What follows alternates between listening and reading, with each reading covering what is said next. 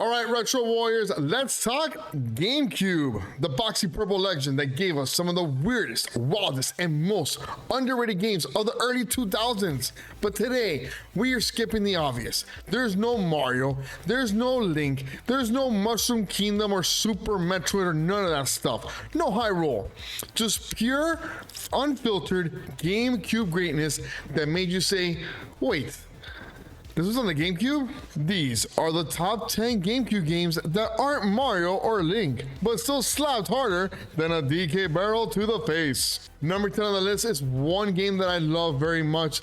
It's Eternal Darkness Sanity's Requiem from Nintendo in 2002.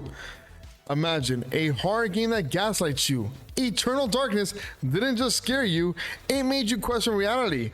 Your controller disconnects, your save file deletes, you hear whispers, and it's all part of the game.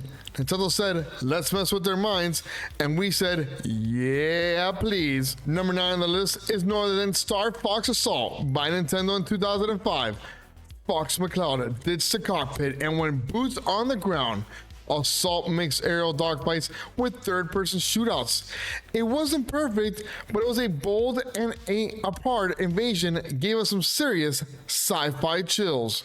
Talking about chills, number 8 on the list is no other than Resident Evil 4 by Capcom in 2005. Before it was ported to your toaster, Resident Evil 4 was a GameCube exclusive. Over-the-shoulder aiming, creepy villagers, and Leon Kennedy's hair that defied gravity. This game reinvented survival horror and made escort missions almost horrible. It is also rated probably the top Resident Evil game next to Resident Evil 2. Now, hold on. Before we go deeper, let's pour out one for the GameCube game that should have been great, but instead gave us nightmares for the wrong reasons. Charlie's Angels. Yes, it existed. Yes, it was on the GameCube. And yes, it played like someone spilled some PS1 soda on a dev kit. The combat, button mash until your soul leaves your body. The graphics, PS2 fever dream. The voice acting, missing in action. It's so bad, it's almost good. Almost.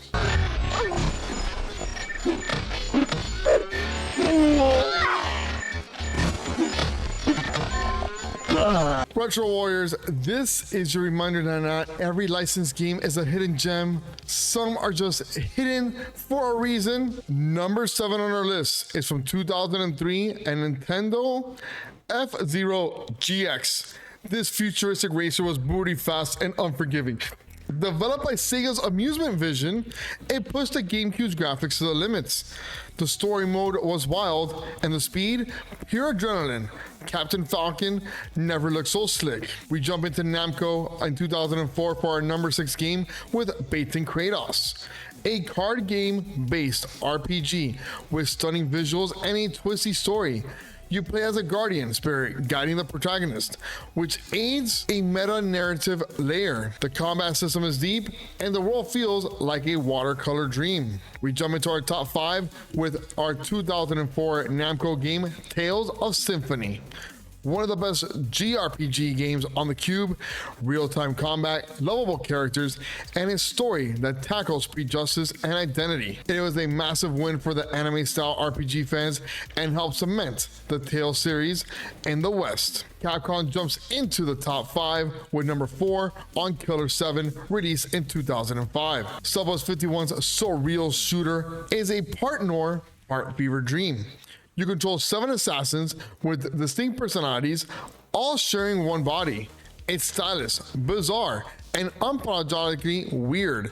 A car classic that dared to be different. Number 3, we get a little zany out here with Sega's very own Super Monkey Ball 2, released in 2002. Roll a monkey in a ball through physics-defying mazes. It's simple, addictive, and surprisingly deep. The party games, the monkey target, monkey bowling were multiplayer gold. Your arcade joy with the GameCube's twist. We dropped to number 2 from Capcom in 2003.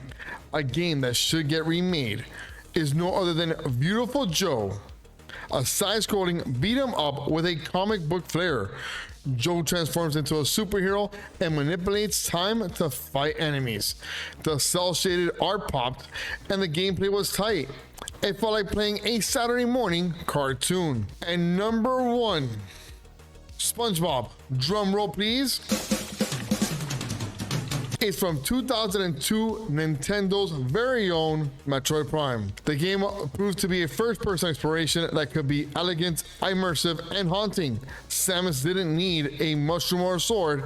She had a cannon, a scanner, and a whole planet to unravel. And yes, I threw a twist out there on everyone out there. I did mention that we're not going to be putting any Super Metroid games. I said Super Metroid. I never said anything about Metroid Prime, a game that is going to be coming back to the Nintendo Switch. I think this game is iconic and needs to be on this list. There you have it. The top 10 GameCube games that didn't need Mario Link to blow your minds. Whether you were scanning alien ruins, racing at light speed, or questioning your sanity, the GameCube had range. Now I want you to drop your most underrated GameCube game that you played back in the day, or your favorite one as well. And if you say Charlie's Angels, we're sending you to the virtual intervention, because man, that game was bad.